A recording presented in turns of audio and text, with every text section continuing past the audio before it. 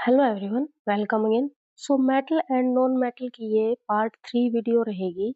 इसमें जनरली हम 3 marks, 5 marks, 4 marks वाले क्वेश्चन करेंगे। सारे ये प्रीवियस ईयर हैं, ये भी इम्पोर्टेंट है एग्जाम के लिए। तो चलिए हम शुरू करते हैं। हमारा क्वेश्चन 13 से हम शुरू करेंगे। आपको क्या गिवन है, आपने इलेक्ट्रॉनिक कॉन्फ़िगरेशन लिखनी है, ठीक है। जैसे क्लोरीन दे दिया, फॉस्फोरस दे दिया, सल्फर दे दिया, कैल्शियम दे दिया, पोटेशियम दे दिया, एल्यूमिनियम दे दिया। ये 2017 में आपसे पूछा गया है। देखिए जैसे 6 पार्ट बनाए हुए हैं, तो मिनिमम ये 5 मार्क्स में या 6 मार्क्स में आपसे पूछा गया होगा, या फिर इसको 1 मार्क्स में भी 1-2 इसमें से दे के एग्जाम्पल आपसे कॉन्फ़िगरेशन लिखवा सकते हैं। तो आपको पता है कि क्लोरीन का एटॉमिक नंबर कितना होता है? 17। तो उसमें कितने इलेक्ट्रॉन हो जाएंगे? 2, 8, 7। फर्स्ट सेल में कितना भरा जाता है? 2। सेकंड में 8, थर्ड में भी 8 भरना होता है, लेकिन बचे कितने हुए हैं? 7। तो ये सारे आपको आते होंगे आई थिंक। नेक्स्ट क्या है? कैल्शियम। कैल्शियम में 20 होते हैं जो आपके इलेक्ट्रॉन होते हैं, तो कैसे भरेंगे? फर्स्ट में 2 हो जाएगा, फिर 8 हो जाएगा, फिर 8 हो जाएगा, 2 हो जाएगा। 2, 8, 8 और 2 पूरे कितने हो गए? ये 20 हो गए। ऐसे ही नेक्स्ट आपसे गिवन है, फॉस्फोरस दे दिया, पोटेशियम दे दिया, सल्फर दे दिया, ठीक है। तो एक बार आप मिनिमम 30 जो एटॉमिक नंबर है, 30 जितने हमारे एलिमेंट है, उनकी सबकी कॉन्फ़िगरेशन करके जाइएगा। आपसे वैलेंसी भी पूछ सकते हैं कि जो कैल्शियम दे दिया, पोटेशियम दे दिया, इसकी वैलेंसी कितनी है। तो एक बार इनको आप ध्यान से देख के जाइएगा पीरियोडिक टेबल में। एटलीस्ट 30 तो आप करके ही जाइएगा। नेक्स्ट क्वेश्चन देखिए, ये फिर से वही क्वेश्चन है, हमने कल भी रिपीट किया था। What happen when cinnabar is heated? Cinnabar क्या था हमारा? मरकरी की जो सल्फाइड ओर थी, ठीक है। सिनेबर हमारा क्या है? जो मरकरी की ओर है। किस ओर से फाइंड आउट किया जाता है मरकरी को? सिनेबर से, जिसमें सल्फाइड साथ में होता है उसके। क्योंकि मरकरी बहुत ज्यादा अनरिएक्टिव मेटल है। मरकरी क्या है? वेरी अनरिएक्टिव मेटल है। तो जो इसके कंपाउंड हैं, जैसे ऑक्साइड हो गया, सल्फाइड हो गया, तो उनको कैसे हम रिड्यूस कर सकते हैं? हीटिंग से कर सकते हैं, ठीक है। जैसे हमने क्या, कौन सी और ले ली? इसकी सल्फाइड वाली और ले ली, जिसका नाम है सिनेबार। उसको जब हम पहले किस में कन्वर्ट करेंगे? मर्क्यूरिक ऑक्साइड में। देखिए कोई भी आपने देखा होगा और वाले जो क्वेश्चन करते हो आप, उसको मेटल को किस में कन्वर्ट किया जाता है? ऑक्साइड में। क्योंकि ऑक्साइड में से फिर प्योर मेटल को एक्सट्रैक्ट करना बहुत आसान हो जाता है, इसलिए उसको ऑक्साइड में पहले कन्वर्ट किया जाता है। फिर ऑक्साइड को क्या कर देते हैं? रिड्यूस कर देते हैं। रिडक्शन का मतलब क्या है? ऑक्सीजन को वहां से रिड्यूस कर दो। तो देखिए इसके लिए रिएक्शन भी आप कर लीजिए। जैसे मरकरी की जो सल्फाइड और है सिनेबर, वो हमने लिया है HCS, उसको ऑक्सीजन के साथ रिएक्शन करवाएंगे, क्योंकि हमने क्या बनवाना है? मरकरी की ऑक्साइड बनवानी है, ठीक है। तो HGO बन गया, सल्फर डाइऑक्साइड गैस रिलीज होगी। अब हमने फिर इसको क्या करना है? रिड्यूस करना है। रिड्यूस कैसे करेंगे? नॉर्मली आप इसको हीट कर दो, तो वहां से ऑक्सीजन हमारी रिमूव हो जाएगी और हमारा प्योर मेटल, प्योर मरकरी आपको मिल जाएगा। क्योंकि एल क्यों लिखा हुआ है इसके ब्रैकेट में? क्योंकि मरकरी एक ऐसी मेटल है जो रूम टेम्परेचर पर हमें लिक्विड फॉर्म में मिलती है। नेक्स्ट देखिए, रोस्टिंग एंड कैल्सिनेशन, ये भी आपका 2023 में पूछा गया है, 2018 में भी पूछा गया है। तो इम्पोर्टेंट क्वेश्चन है इस सीरीज का।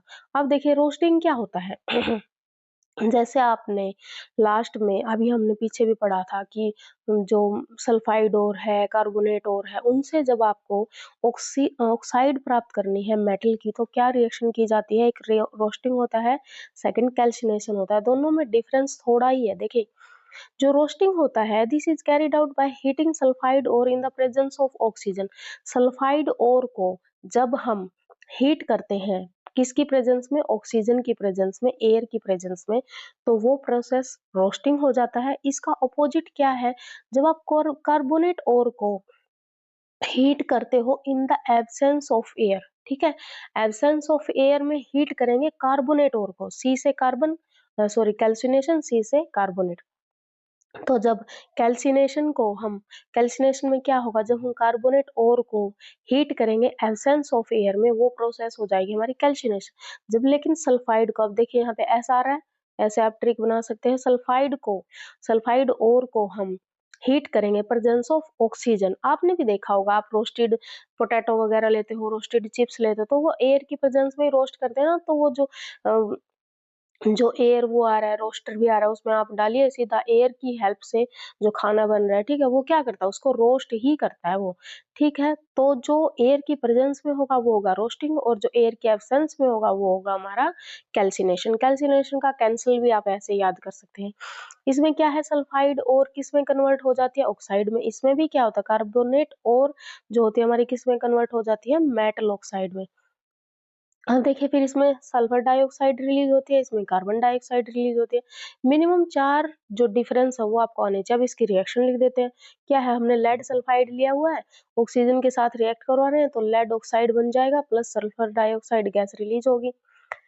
फिर उसके बाद देखिए जिंक कार्बोनेट लिया हुआ है, उसको हम हीट कर रहे हैं एब्सेंस में। देखिए यहाँ पे ऑक्सीजन नहीं लिखना क्योंकि एब्सेंस में हीट करना है किसकी, ऑक्सीजन की। तो ZnO जिंक ऑक्साइड बन रहा है प्लस में कार्बन डाइऑक्साइड गैस जो है रिलीज हो रही है।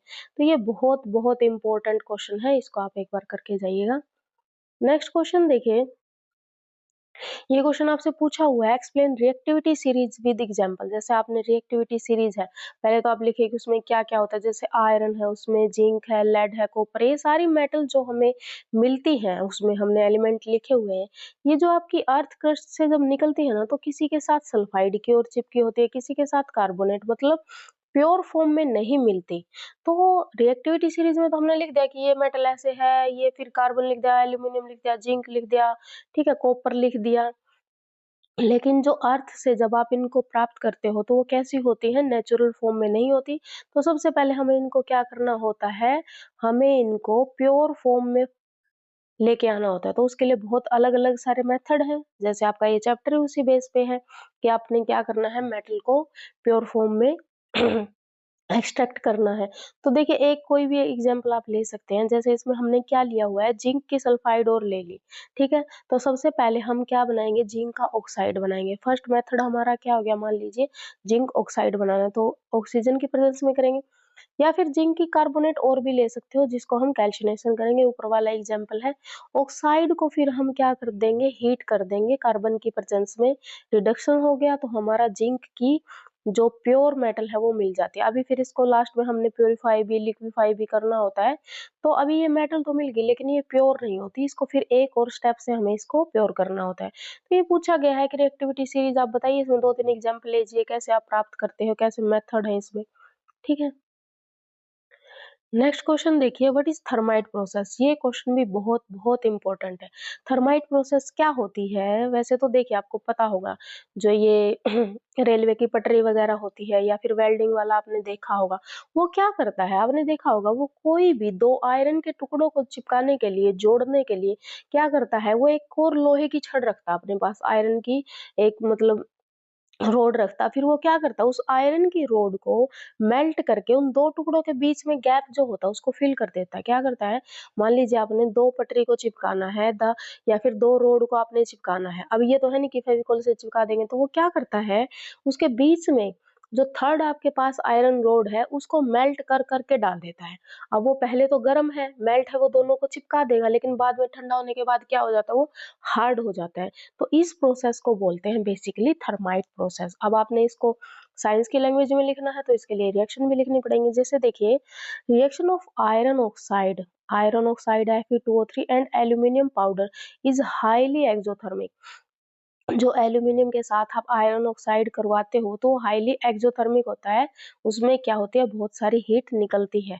अब यहाँ पर आयरन बन गया आपका और एल्यूमिनियम ऑक्साइड बन गया, तो फिर क्या होता है, ये आपकी थर्माइट रिएक्शन है। जो आप वहाँ पे वो वेल्डिंग वगैरह करते हो ना, उसके पीछे ये रिएक्शन होती है। वहाँ तो आपको कोई ऐसा रिएक्शन होता दिख नहीं रहा, लेकिन उसमें क्या होती है, एक्चुअल में ये रिएक्शन होती है। तो वो जो छड़ ली जाती है उसमें एल्यूमीनियम भी होता है। ओके, अब देखिए आपने इसको लिखना है। अब आप इसको जो भी मैंने बताया है आपने इसको डेफिनेशन में भी लिखना है, क्योंकि हीट जो प्रोड्यूस होगी वो बहुत लार्ज होगी। तो जो आयरन आप उसमें फिल कर रहे हो वो मोल्टन स्टेट में होता है। When the molten iron is added between two iron pieces, जो molten iron है आपके पास अभी, और फिर आप उसको क्या करेंगे, दो जो गैप है, जो दो टुकड़े आपको चिपकाने हैं उसमें भर देंगे, फिर वो ठंडा होने पे क्या हो जाएगा, वहां पर सॉलिड हो जाएगा और दोनों को जोड़ देगा। इसे क्या बोलते हैं? थर्माइट बोलते हैं या एल्यूमिनियोथेरेमी भी बोलते हैं। एल्यूमिनोथेरेमी भी बोलते हैं इसको। The process is used to join the broken piece of railway lines. In fact is a welding process. ये क्या है? एक वेल्डिंग प्रोसेस होती है। नेक्स्ट देखिए, आपने इनके रीजन देने हैं। ठीक है, तो ये असर्शन रीजन में भी ये क्वेश्चन पूछा जा सकता है।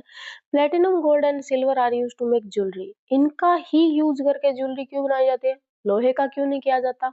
या फिर कॉपर की क्यों नहीं बनाई जाती? तो क्यों की जाती है? क्योंकि एक तो जो प्लेटिनम, गोल्ड एंड सिल्वर होता है वो लस्ट्रस होती है, शाइनिंग होती है। अब आप वैसे तो ये ऑक्सीडाइज्ड ज्वेलरी वगैरह भी हम पहनते हैं, लेकिन हम ज्वेलरी वो पहनना पसंद करते हैं जिसमें चमक होती है, और वो क्या होती है? इनर्ट मेटल होती है। अब हर रोज अगर लोहे पे सोने पे जंग लगेगा, गोल्ड पे जंग लगेगा, तो कोई पहनना पसंद नहीं करेगा। तो सोने पे हर रोज तो जंग लगा दिखता नहीं आपको। थोड़ा बहुत ये होता है कि पॉलिश वो फेड आउट हो गया तो बाद में आप पॉलिश वगैरह करवाते हो, लेकिन क्या होती है? वो लस्ट्रस होती है, उसमें शाइनिंग होती है, इसलिए उसको क्या किया जाता है? मेटल के रूप में, ज्वेलरी के रूप में आप उनको पहनते हो। इनर्ट मेटल होती है, ज्यादा रिएक्ट भी नहीं करती, कोरोजन भी उनका ज्यादा नहीं होता, और वो महंगी भी होती है। महंगी चीजें पहनते हैं। ठीक है, नेक्स्ट देखिए, sodium, potassium and lithium are stored under oil. जो सोडियम, पोटेशियम और लिथियम है उनको ऑयल के नीचे स्टोर क्यों किया जाता है? क्योंकि बहुत ज्यादा हाईली रिएक्टिव है। जब अगर वो एयर के कांटेक्ट में आ गई या वाटर के कांटेक्ट में आ गई तो वो रिएक्ट करती हैं, वहां पर एक्सोथर्मिक हीट रिलीज होती है, विग्रेसली रिएक्ट करती है। थर्ड क्या है कि जो एल्यूमिनियम है, हाईली रिएक्टिव मेटल है, फिर भी हम उसके क्या बनाते हैं? बर्तन बनाते हैं। क्यों बनाते हैं? क्योंकि जो एल्यूमिनियम होती है, शुरू में जब वो एयर के कांटेक्ट में आती है तो अपने ऊपर एक एल्यूमिनियम की ऑक्साइड बना लेती है, जो उसको बाद में कोरोजन होने से रोके रखता है। एल्यूमिनियम के बर्तन यूज करते हैं ना हम खाने में, तो एल्यूमिनियम तो बोल रखा है कि बहुत हाईली रिएक्टिव है, तो फिर भी खाने के लिए यूज किया जाता है, क्योंकि अब अगर आप उसको जब शुरू में यूज करेंगे तो एयर के कांटेक्ट में आते ही अपने ऊपर एल्यूमिनियम ऑक्साइड बना लेगी। फर्दर जो उसके ऊपर वो लेयरिंग होगी ना, वो उसको नेक्स्ट बार जब उसने किसी और के साथ रिएक्ट करना होगा मेटल ने, तो उसको रोकेगी। इसीलिए वो क्या किया जाता है? बर्तन बनाने में यूज किया जाता है। लेकिन आपने देखा होगा लोहे के बर्तन जितनी बार यूज कर रहे हो उतनी बार जंग लग रहे हैं। ठीक है, नेक्स्ट क्वेश्चन क्या है कि carbonate and sulphide ore are usually converted into oxide during the process of extraction. ये पूछा गया है कि कार्बोनेट एंड सल्फाइड को हम किस में कन्वर्ट करते हैं? ऑक्साइड में। अभी हमने पीछे भी किया था, क्योंकि ऑक्साइड जो होते हैं उनसे, because it is easy to reduce metal oxide से फिर नॉर्मल मेटल, जो प्योर मेटल है, उसमें एक्सट्रैक्ट करना, रिड्यूस करना बहुत इजी हो जाता है एज कंपेयर टू जो सल्फाइड और कार्बोनेट और होती है। इसीलिए हम ऑक्साइड में उसको कन्वर्ट करते हैं। अभी ये इम्पोर्टेंट नहीं है, इसको छोड़ दीजिए। 20 क्वेश्चन देखिए। ये इम्पोर्टेंट है, 2017 में भी, 2019 में भी, 24 में भी, 23 में भी पूछा गया है। क्या है कि right A short note on electrolytic refining. ऐसी कौन सी मेटल्स है? अब देखिए आपने अलग अलग तरीका पढ़ा है, जैसे मैग्नेटिक सेपरेशन पढ़ा होगा, इलेक्ट्रोलिटिक रिफाइनिंग पढ़ा होगा, फ्रोथ फ्लोटेशन प्रोसेस पढ़ा होगा। क्या होता है उनमें? अलग अलग तरीके से हम मेटल को एक्सट्रैक्ट करते हैं। अब ये पूछा गया है कि कौन सी मेटल है जो इलेक्ट्रोलिटिक रिफाइनिंग से एक्सट्रैक्ट होती है, या फिर आपने इलेक्ट्रोलिटिक रिफाइनिंग को एक्सप्लेन करना है। जैसे देखिए जो इलेक्ट्रोलिटिक रिफाइनिंग है ऑफ कॉपर इज डन, मतलब कॉपर जो मेटल होती है वो इलेक्ट्रोलिटिक रिफाइनिंग से हमारी एक्सट्रैक्ट की जाती है। जैसे आपसे ये पूछ सकते हैं ना कौन सी, तो कॉपर। ठीक है सॉरी, एक बार थोड़ा इसको जूम कर लेते हैं, फिर इधर प्रोसेस आपको ये डायग्राम में बाद में समझाती हूँ। जैसे देखिए कॉपर है, जिंक है, टिन है, निकल है, सिल्वर, गोल्ड, ये सारी जो मेटल हैं ये किससे प्राप्त की जाती है? हमारी इलेक्ट्रोलिटिक रिफाइनिंग, मतलब इलेक्ट्रिसिटी की हेल्प से इनको प्योर किया जाता है। इनमें क्या किया जाता है? जैसे एक प्योर मेटल की रोड ले ली हमने, कैथोड। जिस मेटल को आपने फाइंड करना, मान लीजिए हमने इसमें एग्जांपल लिया है कॉपर का, तो कॉपर की प्योर मेटल को हम कैथोड पे रखेंगे, इम्प्योर को हम एनोड पे रख देंगे। ये हमारी इम्प्योर है, ये प्योर है। तो प्योर मेटल ऐप से जो वाइवा में क्वेश्चन पूछे जाएंगे ना, जो आपकी साइंस की जो वाइवा होती है, प्रैक्टिकल होती है, उसमें पूछा जाता है कि प्योर मेटल किसकी ली जाती है, प्योर मेटल कौन सी रोड पे ली जाती है, या कैथोड पे या एनोड पे? तो प्योर होगी कैथोड पे, इम्प्योर होगी एनोड पे। फिर क्या होता है, solution of metal salt is taken as electrolyte. जो भी आपने जैसे कॉपर की रोड ली है, कॉपर ये इम्प्योर है, आपने इसको प्योर में चेंज करना है, तो आप पहले एक प्योर ले लीजिए, रोड किसकी, कैथोड पे ले लीजिए उसको। फिर जो यहाँ पे इलेक्ट्रोलाइट भरा जाता है वो CuSO4 है। जिस भी मेटल को आपने फाइंड आउट करना है प्योर फॉर्म में आपने प्राप्त करना है, तो उसी का साल्ट लिया जाता है, उसको हम इलेक्ट्रोलाइट बोलते हैं। तो जब आप इसमें से करंट पास करेंगे, electric current is pass the pure metal from the anode dissolve into the electrolyte. तो जो एनोड पे जो इम्प्योरिटी के साथ है, तो जो इसमें से पिघलना शुरू हो जाएगा, ठीक है, क्या, इम्प्योर। जो इम्प्योर है, सॉरी प्योर है, जो वो नीचे इलेक्ट्रोलाइट में यहाँ पे घुलना शुरू हो जाएगी, और जो इम्प्योरिटी होगी वो यहाँ पे नीचे इकट्ठा होना शुरू हो जाएगी।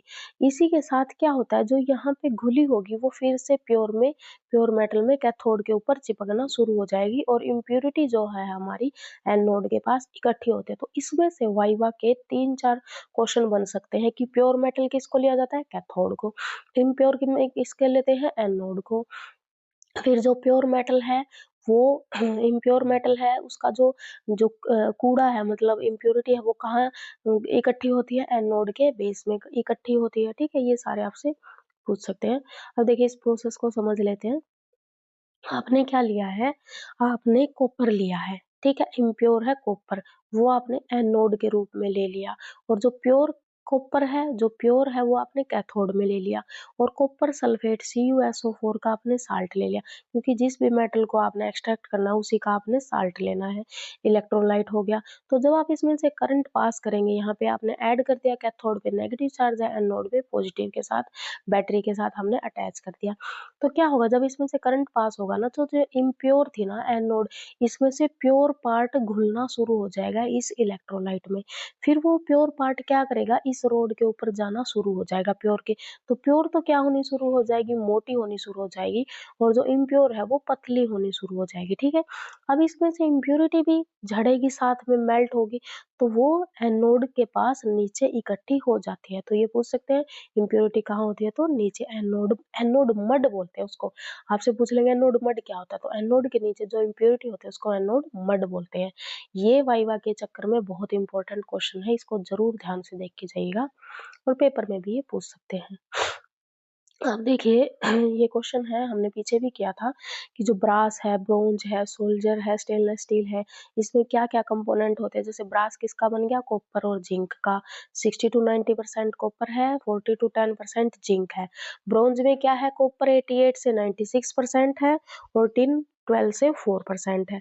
सोल्जर में क्या है, टिन है जो हमारा 50% है, लेड है 50% है। स्टेनलेस स्टील में आयरन 83%, कॉपर 1%, क्रोमियम 15%, निकल 1%। अब देखिए यूज देख लीजिए, ब्रास का हम जैसे यूटेंसिल्स वगैरह में, स्क्रू में, लॉक्स में, ऑर्नामेंटल्स में। फिर हमारा ब्रोंज है स्टैचू बनाने में, शिप्स बनाने में, ठीक है। सोल्जर है ब्रोकन एंड्स को जोड़ने में होता है। फिर जो स्टेनलेस स्टील है, सर्जिकल इंस्ट्रूमेंट जिससे आपका सर्जरी वगैरह की जाती है, कटलरी बनती है, जो हमारे बर्तन होते हैं, ऑर्नामेंटल पीस होते हैं, जो सजावट के होते हैं ना, जो ये चीजें, वो उनके उनसे बनाई जाती हैं, ठीक है। तो ये भी इम्पोर्टेंट है, आप इसको ध्यान से देख लेना। फिर है नेक्स्ट क्वेश्चन आपका, वैन एर्कल मेथड, ये इम्पोर्टेंट है बहुत ज्यादा, +1 में भी ये बहुत पूछा जाता है। जैसे Van Arkel method of refining titanium, एक नंबर में से तो आपसे यही पूछ लेंगे कि वैन एर्कल मेथड में कौन सी मेटल है उसको रिफाइन किया जाता है, तो टाइटेनियम। अब आपको इसकी रिएक्शन भी आनी चाहिए, और प्रोसेस रिएक्शन बहुत ईजी है, 2 स्टेप की है। सबसे पहले आप ये देखिए क्या किया जाता है, जो वैन एर्कल का सेटअप किया जाता है उसमें क्या होता है, जो मेटल होती है किस बेस पे है, ये मेथड ये किस बेस पे है, डिकम्पोजिशन रिएक्शन। क्या होती है, टाइटेनियम का पहले क्या हो रहा है, डिकम्पोजिशन हो रहा है। देखिए in this method first of all titanium is made to react with iodine to form titanium iodide। Titanium को पहले आयोडीन के साथ रिएक्ट करवाते हैं, टाइटेनियम आयोडाइड बन गया। टी आई टाइटेनियम है, I4 आयोडीन है, ठीक है, टाइटेनियम आयोडाइड बन गया। फिर क्या करते हैं, अब उसमें से एयर रिमूव की जाती है। मान लीजिए यहाँ पर एयर है, तो उसको रिमूव करके पहले हम वैक्यूम बनाएंगे, आयोडीन बन गया। फिर हम, क्योंकि देखो आयोडाइड बन रहा है, उसके बाद हम एयर को रिमूव करेंगे तो वैक्यूम आ जाएगा। अब क्या होता है वहाँ पर iodine bulb is broken, gas titanium iodide formed. सबसे पहले जो चैम्बर है उसमें से एयर को निकाल दीजिए, फिर वहाँ पर आयोडीन गैस भरिए, आयोडीन हमारा बन जाएगा टाइटेनियम आयोडाइड। फिर जो मेटल है उसको फिर हम हीट करेंगे, ठीक है, टाइटेनियम जो आयोडाइड है अब हम उसको हीट करेंगे तो प्योर हमारी टाइटेनियम जो है वो आपको मिल जाएगी। फिर क्या होता है, वो प्योर में मिल जाता है। The regenerated iodine again react with impure titanium and the process is repeated again and again. This process is pure highly pure titanium is obtain. मतलब इस प्रोसेस को तब तक ये रिपीट करते रहते हैं जब तक प्योर टाइटेनियम नहीं मिलती। पहले क्या करेंगे, टाइटेनियम का आयोडीन के साथ रिएक्शन, टाइटेनियम आयोडाइड बनेगा, फिर इसको गर्म करेंगे तो क्या बनेगा, प्योर टाइटेनियम आयोडाइड। फिर से इम्प्योर के साथ आयोडीन के साथ ऐड कर देंगे। जब तक प्योर मेटल नहीं मिलेगी तब तक ये करते रहते हैं, साथ में आयोडीन जो गैस आपकी रिलीज होती है। वैसे पूछ सकते हैं वैन आर्कल में कौन सी गैस रिलीज हो रही है, तो आयोडीन। किस मेटल को रिफाइन कर रहे हैं, तो टाइटेनियम को, ठीक है। नेक्स्ट क्वेश्चन देखिए। अब देखिए जो हमारा मिनरल है और ओर में डिफरेंस है, ये भी बहुत इंपॉर्टेंट है। देखिए जब आप मेटल को अर्थ के क्रस्ट से एक्सट्रैक्ट करते हो, निकालते हो, तो वहां पर बड़े बड़े गड्ढे होते हैं, मिट्टी के ढेले होते हैं, ठीक है। उनमें से आपने प्योर मेटल फाइंड आउट करना है। अब एक बहुत बड़ा पत्थर है, उसमें से आपको 1-2 ग्राम मिल रहा है, तो क्या आप उसमें से निकालना मतलब वाजिब समझोगे? नहीं, क्योंकि आपको उस मिट्टी के जो ढेर में से, उस बड़े से चट्टान में से अगर 1-2 ग्राम ही मेटल मिल रहा है, 2-3 ग्राम मिल रहा है, 10 ग्राम मिल रहा है, तो नहीं निकालोगे, क्योंकि उसको निकालने के लिए आपको फैक्ट्री लेवल पे बहुत ज़्यादा काम करना पड़ता है। बहुत 7-8 स्टेप में उसको प्योर करेंगे, ड्रेसिंग करेंगे, ठीक है? जो मैग्नेटिक सेपरेशन वगैरह करेंगे तो बहुत खर्चा आता है। तो हम उन मिनरल्स में से, उन चट्टानों में से, उन खदानों में से मेटल को निकालना प्रेफ़र करेंगे जिसमें हमारा इकोनॉमिकल भी आसान हो निकालना, चीप हो, ज़्यादा खर्चा ना हो और हमें जो प्रोडक्ट है ज़्यादा मिले। तो मिनरल देखिए क्या होता है, धरती के जो क्रस्ट में जितनी सारी मेटल आपको मिल रही है वो सारी मिनरल है, ठीक है? Those natural substance which contain metal or their compound are called mineral। अब सारा वो जो धरती में आपको मिला वो सारा मिनरल है, लेकिन जिस मिनरल से मेटल को एक्सट्रैक्ट करना इकोनॉमिकली आसान है, इकोनॉमिकल आसान मतलब क्या है, आप उसको सस्ते लेवल पे और जल्दी-जल्दी आपको फास्ट लेवल पे ज़्यादा प्रोडक्ट मिल रहा है, आपको ज़्यादा मेहनत भी नहीं करनी पड़ रही, फैक्ट्री लेवल पे खर्चा भी कम आ रहा है, ठीक है, चीप है, तो उस मिनरल से आपको आसान होगा निकालना मेटल, तो उस मिनरल को हम फिर क्या बोल देते हैं, ओर। ओर क्या है, मिनरल का ही एक छोटा रूप है, ठीक है। तो मिनरल तो सारा जितना आपने धरती खोदी उसमें से आपको पता है यहाँ पे मेटल मिलेगी तो वो तो हो गया मिनरल। लेकिन जिस पार्ट से, जिस मिनरल से, मान लिया यहाँ पे 2 किलोमीटर पे ऐसी मिनरल मिल रही है, तो 3 किलोमीटर पे ऐसी मिनरल मिल रही है जिससे निकालना बहुत आसान है। तो जिस मिनरल से हमारी मेटल को एक्सट्रैक्ट करना आसान होगा वो हमारी क्या कहलाएगी, ओर कहलाएगी। A mineral contain less amount of metal, mineral में कम हो सकती है लेकिन ओर में, क्योंकि आप उसी पार्ट को खोदोगे ना, उसी को फिर आगे फर्दर उसमें काम करोगे जिसमें ज़्यादा अमाउंट मिलेगी, ठीक है? 2 ग्राम के लिए तो नहीं खोदोगे, एक जगह पे आपको ऐसी मिनरल मिल रही है जहाँ पे 1000 टन किलो सोना मिल रहा है तो उसको ज़्यादा खोदना प्रेफ़र करेंगे। तो ऑल मिनरल आर नॉट ओर, सारी मिनरल ओर नहीं बन सकती, लेकिन ऑल ओर आर मिनरल्स, जितनी भी ओर है वो सारी क्या रहेंगी, मिनरल रहेंगी। अब देखिए इसमें से ये जो डिफरेंस है ये आपको इम्पोर्टेंट है, ये आप करके जाइएगा। सेकंड टर्म जो आपको गिवन है वो हमें दिया हुआ है, what do you understand by activity series of metal. आपने एक्टिविटी सीरीज जो हमने पढ़ी थी वो याद करना, जैसे काशीनाथ का माली आलू जराफी कैसे पकाता है, ये सारे आपको गिवन है। नेक्स्ट जो हमारे क्वेश्चन है वो हम नेक्स्ट वीडियो में करेंगे। अगर आपको कोई डाउट है तो आप कमेंट बॉक्स में पूछ सकते हैं। तब तक के लिए पढ़ते रहिए। Thank you so much.